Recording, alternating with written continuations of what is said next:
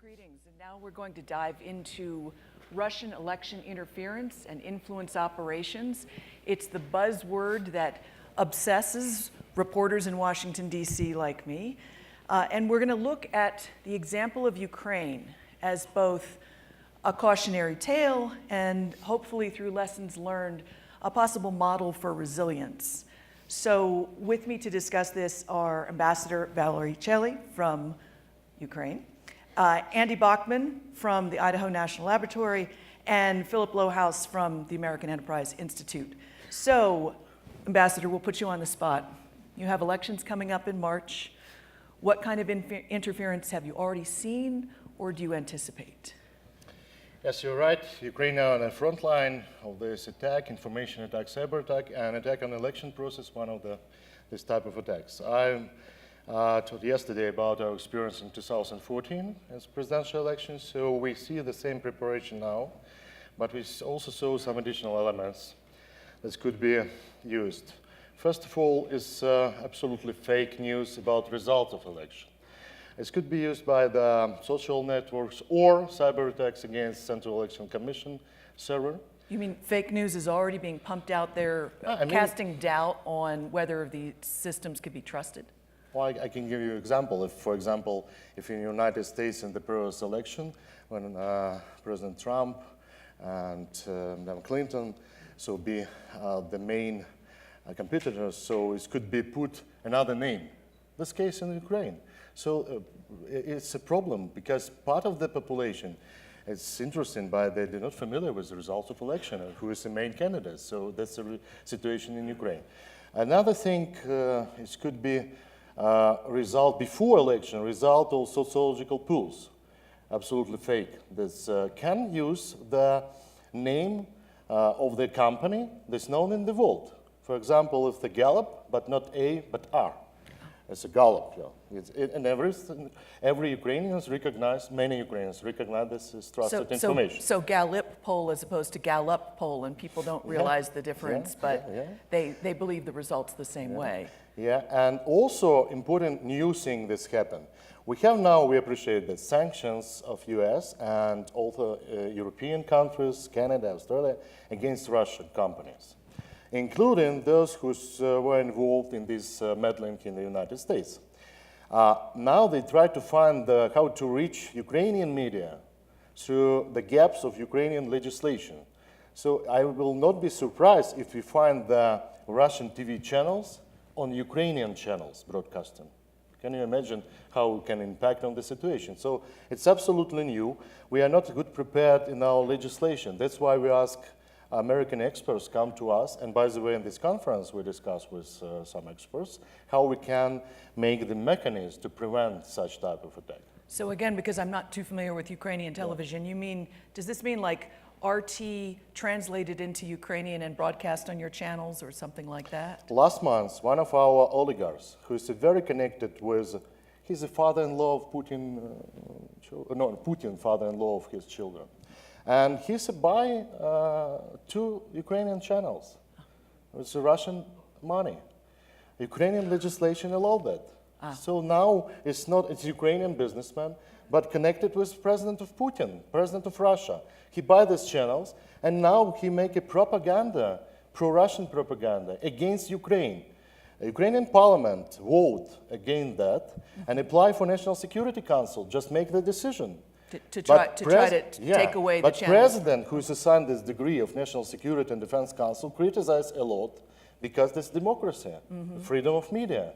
And that's the problem, how to make a balance between freedom of media and these threats. I saw both of you nodding along, so what did you have to add in terms of, are you already seeing from a distance preparation of the battlefield, the messaging battlefield for the Ukrainian elections? Phil? So from a distance, it's kind of difficult to tell. I think the ambassador's probably a better resource on that than either of us are. But what he's describing is very indicative of a larger pattern of how Russia behaves. and how they interweave these business connections that the ambassador spoke about, and also information operations. An additional, I was just thinking about an additional front in the information operations field, in addition to misinformation. There's also a new technology. Technology is getting to the point where it can actually, and I'm sure people in the audience might know more about this than me, it can actually create avatars of people and essentially doing things or saying things that maybe they wouldn't normally say. So, for example, you could have in an election an avatar of a particular person that is saying a particular thing that actually is not something they said, but the digital replication of that person actually looks so realistic that it seems like it's something they said. And this is something we're starting to see in some of these campaigns. So, is it that good yet? And do we actually have examples of it being deployed where you have a candidate saying something that they would never say? Have you seen that yet? Yep, we have this experience, and we have another problem because some of our candidates, it's not official campaign now in Ukraine, but some preparation exists. And the problem of perception of the people, you asked me yesterday about this question, of a perception of the people on the street. And that's a huge problem because Ukrainians trust information from TV channels. And this, by the way, from internet, they are more careful. If you receive this information for TV channels, it's the main source for 75% of Ukrainians and 85% of Russians. So they receive this information. And our NGO project calculate how many fake news using the candidate, one of the potential candidates. 30% lie, 30% lie. On all these candidates say to the public. And you know. So let me see if I understand this right. 30% of what's being told to the public about these candidates.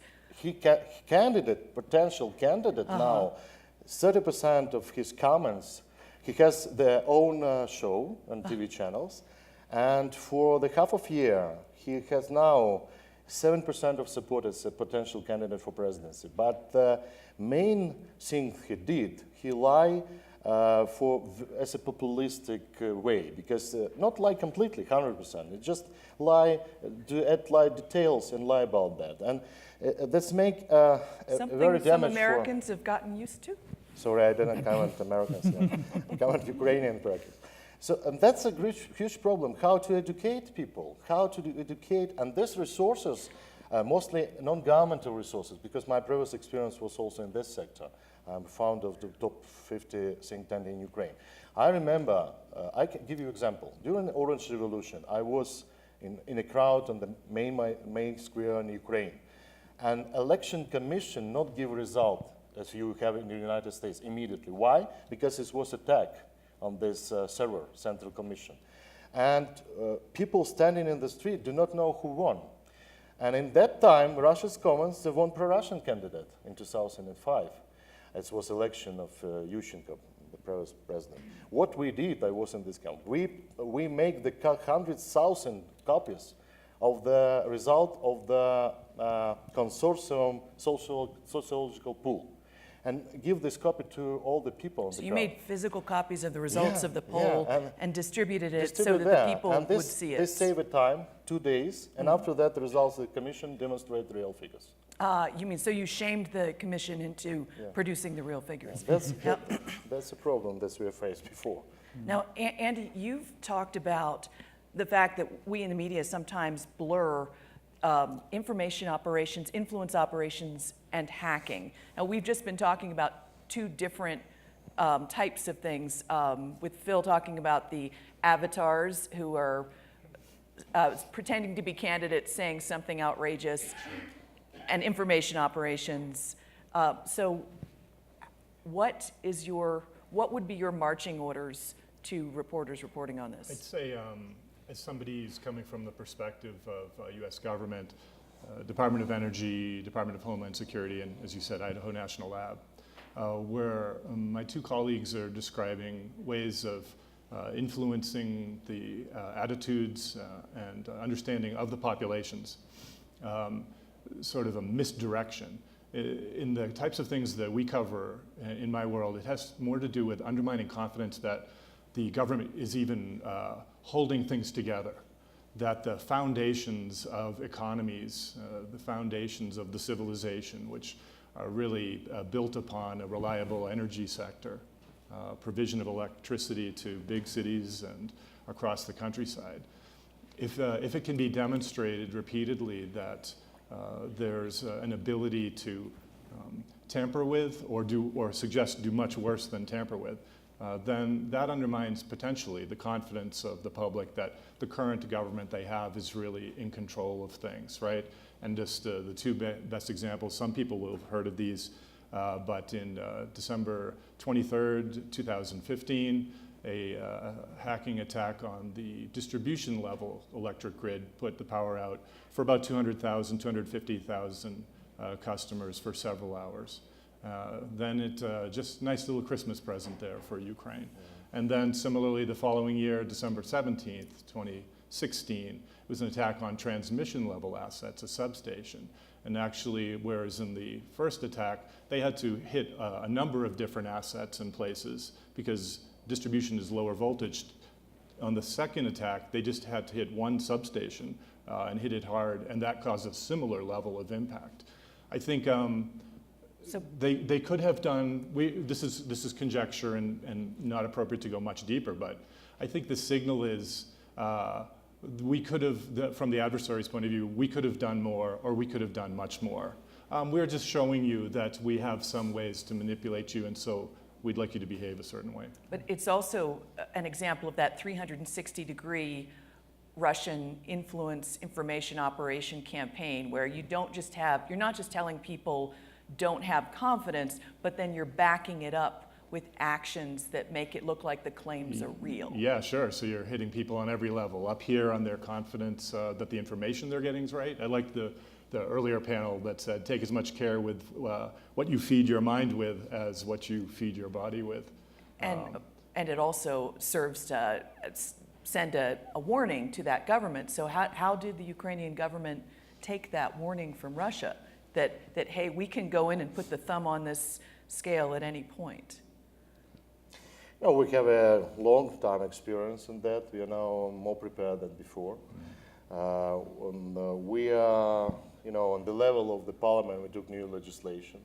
We create the coordination system. We develop our bilateral with the United States and other countries. We work intensively with NATO experts on the different platforms. So now we are better prepared for that. But I want to add for that, it's not only Ukraine who faces this problem. After that experience, definitely the Department of Energy knows that very well. Sure. But what's happened after that? It was an attempt of attack on your grid. Right. And Secretary Perry mentioned that in Moscow at the meeting with counterpart Novak and said publicly, please stop that. So it's not only about Ukraine. Ukraine have a huge damage from that, but you are United States by this problem now. Let me do the quick context timeline for those who aren't familiar with it.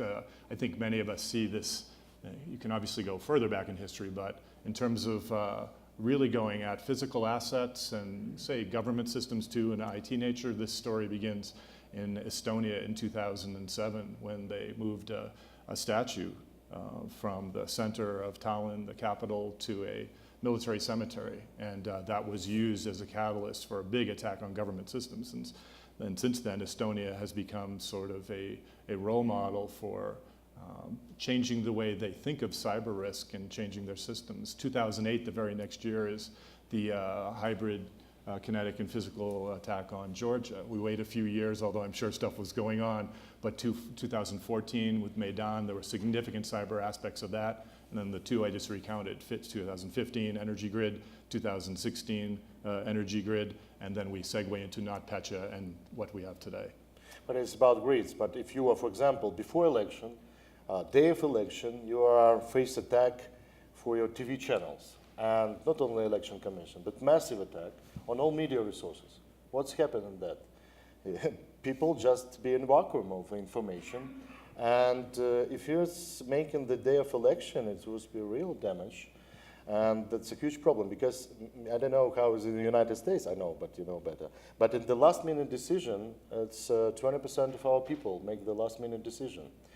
And that's important, who was the last, before the closest polls station.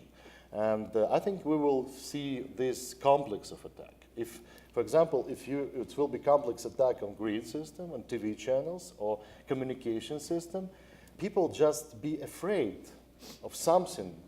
And it's happening in the United States, by the way. I see how the Republicans and Democrats polls depend of how your voters mobilize for the election process. And that could be used for mobilize the group of the people, maybe radical group of the people, just come to the election and vote for the radical parties.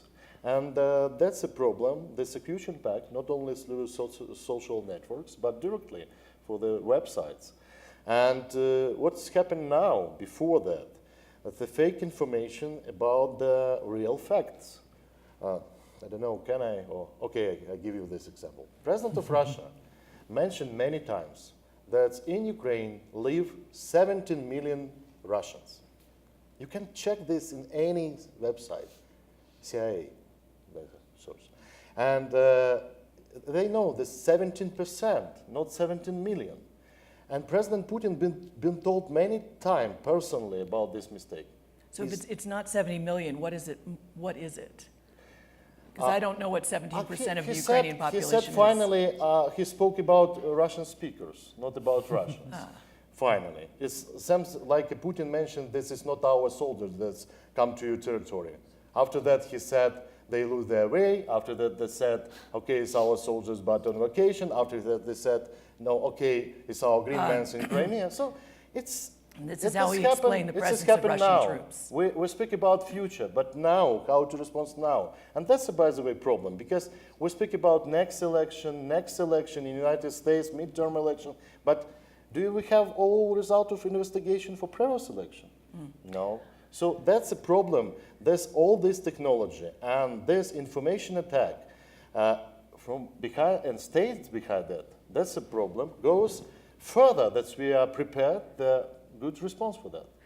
And Ukraine now failed that. Now, Phil, you've explained this as Russia following its policy of Maskirovka. Can you explain what that is and how it's evolved in this information warfare context? Sure. So Maskirovka essentially translates to deception, right? And the uses of deception essentially as like a doctrine. As I kind of detailed in the excerpt that I sent you, it relates, the way that they use this relates to a concept in Soviet thinking that developed over time, to go back even further into history, called reflexive control, which essentially boils down to identifying what specific actions you need to take to elicit a specific response in a different person. And this theory was all developed actually in relation to nuclear weapons and things like that, but it also has applications in the information space. And so really kind of the way that I view it is that it takes place in, there's two kinds of different types of these information attacks. You have like the creative ones and the destructive ones. The creative ones essentially are meant to promulgate new narratives, or to promulgate the way that the Kremlin would like you to view things. And the destructive ones are meant to sow doubt in facts, in reality, make you question whether you actually really know what's going on. And these two things are done in tandem, right? So a destructive measure will be used to sow doubt, and then the new creative measure comes in with the new narrative. And a good example of that, that I'm sure the ambassador is very well about, knows a lot about, is the narrative that the Kremlin constantly promulgates about Ukraine being this thing called Novorossiya. So New Russia, essentially tying it to the Kremlin as in this way of making it sound like, oh, this is really our territory, and we have a right to have a say in what's going on Naming there. parts of Ukraine, New Russia. Exactly, Yeah. yes. So as I invite folks to come up to the microphones, I'd like to talk countermeasures. Phil, actually, no, it wasn't Phil. Some of your stuff was grim, but Andy wrote something much more grim as his opening to a Harvard Business Review thing. Here's the brutal truth. It doesn't matter how much your organization spends on the latest cybersecurity hardware, software training, and staff, and whether it has segregated its most essential systems from the rest. If your mission-critical systems are digital and connected in some form or fashion to the internet, even if you think they aren't, it's highly likely that they are, they can never be made fully safe, period. Discuss.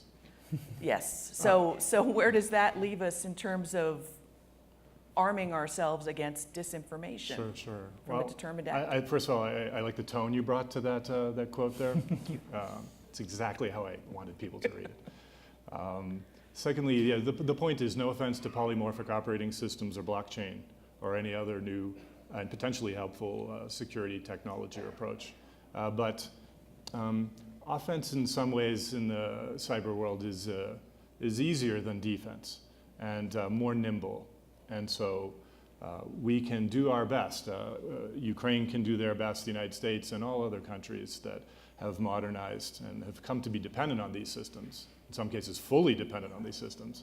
We can do our best cyber defense approaches, but we have to recognize, and maybe this is where the ambassador in Ukraine have a head start on the rest of the world, right? You have to realize that there may come a time when those systems that you depend on most for the most important processes and functions in your country aren't available to you, or you at least can't trust them the way you have come to trust them. So you've got to have a plan B.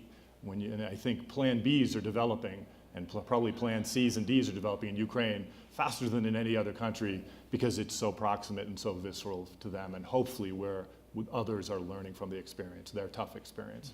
I would just add too, because I totally agree that you need to have multiple different plans for resiliency, redundancy, et cetera.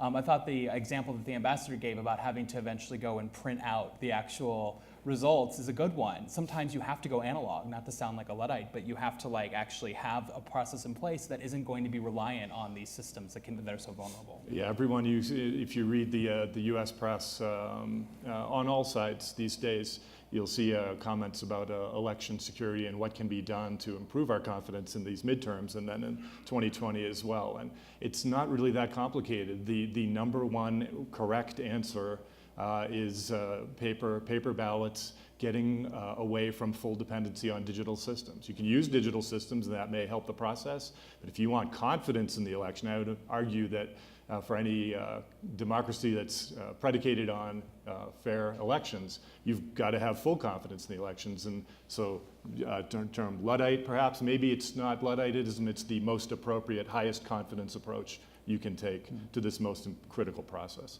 So, Ambassador, do you have a plan? Are you on B, C, or D at this point? Only plan A. Just defend, secure the system with support of the United States. Now we plan they bring a group of experts to Ukraine, if I mentioned, and create this platform. But what's more important, Ukrainian society more prepared now to fake news. And Ukrainians, it's a specific of Ukrainians. We check everything now, all information. And but it's most of Ukrainians, educated Ukrainians. But on the state level, we're still, be frank, vulnerable of this attack. So we are not prepared. Both in hardware and in terms of the information. Absolutely. Now we have one additional 10 million approved by the Congress and given to the Ministry of Department of Energy and Department of State to secure the servers on the Election Commission, Central Election Commission, and also educate our professionals in Ukraine how to be prepared for that. So we, by the way, we have, for example, cryptography, we have one of the better in the world, specialists, professionals, our system. It's not about technical aspects, it's mostly about the system of coordination and internationally, because we can only secure everything if we coordinate this with states, companies, and some specialists who belong to those agencies who's very careful say about this story in the United States and Ukraine, I would say it this way. Got it. So, sir. Ty Carlson, a couple of quick just thoughts that don't add up to me, and then a question. One, we mentioned that if you want to be able to, First Amendment freedom of speech. Well, there's also rule of law with regard to libel and slander, and the ability to have an independent representative recognized by the people on neither side, but for the heart of the Ukraine, to be able to stand up and say, okay, rule of law is going to apply, and libel and slander, if we turn off, and we'll cut the power to any station that we can prove is libel or slanderous, and use rule of law to be able to affect that. With regard to the networks and things of that order, there are some fundamental things such as red networks, as opposed to the public internet. These were probably like SCADA attacks onto these systems. And also the ability to isolate these networks when they're under attack. or prior to attack, when you suspect things are coming, you do have some sense that something's traveling down the wire, and you can pick that fairly quickly and isolate the networks downline so that those systems never receive the command. They're just offline, they're cut offline, and if they're not, and worst case is, they don't have power, right? So you shut the systems down. I mean, that's a real isolation, and if you want to, it's going to take a lot of power to try to induce electronics over there. When you talk about paper ballots, if I remember right, Putin was elected last time on the most number of paper ballots that were multiple voters going to multiple stations entering ballots. So somehow the paper ballots doesn't add up to There me. is no silver bullet for any And of these sometimes ballots. it was 103%. Well, but you get the point, right? Paper is no But if assumption. the intention But I is think, to manipulate, then that's different. but you get, Right. where the question is I think the essence is planning up front with, as you say, multiple levels of attack, some of them very basic, but it's a hell of a lot cheaper to have these things up front and the U.S. working with Ukraine, for example, than it is to roll tanks and to get the UN involved and all these other things that go on. So I think there is a point where we draw a line and say, no more. We make the right investments up front. We put the right isolation up front. We find the right independent people that have the But heart you're- of Ukraine in mind. But your question? What's your question? The question is there a leader that will actually take the point to work with the Ukraine and answer these questions up front, as opposed to things that are in the background, that we say no more and we'll take a stand? Now, I know that both the ambassador and Andy have answers for that, but I just, in the interest of time, want to take the second question as well. Yeah, actually, in response to Andy and Ty's point, Washington and Oregon have all mail-in paper ballots counted by machines that are disconnected from the internet, and it works really well. Get high participation rate, and there's absolute trust in the system. My question, throwing out, do we have any good estimate in the United States of what percentage of social media traffic, Twitter, Facebook, is how many accounts are bots and what percentage of the traffic is bots? Do we have good estimates of that? Does anyone have a handle That on sounded that? like a good question for Barrett. I was from gonna her say, I'm a presentation, bit, and that- Steve. But let's talk about who is taking the lead on building resilience in your system.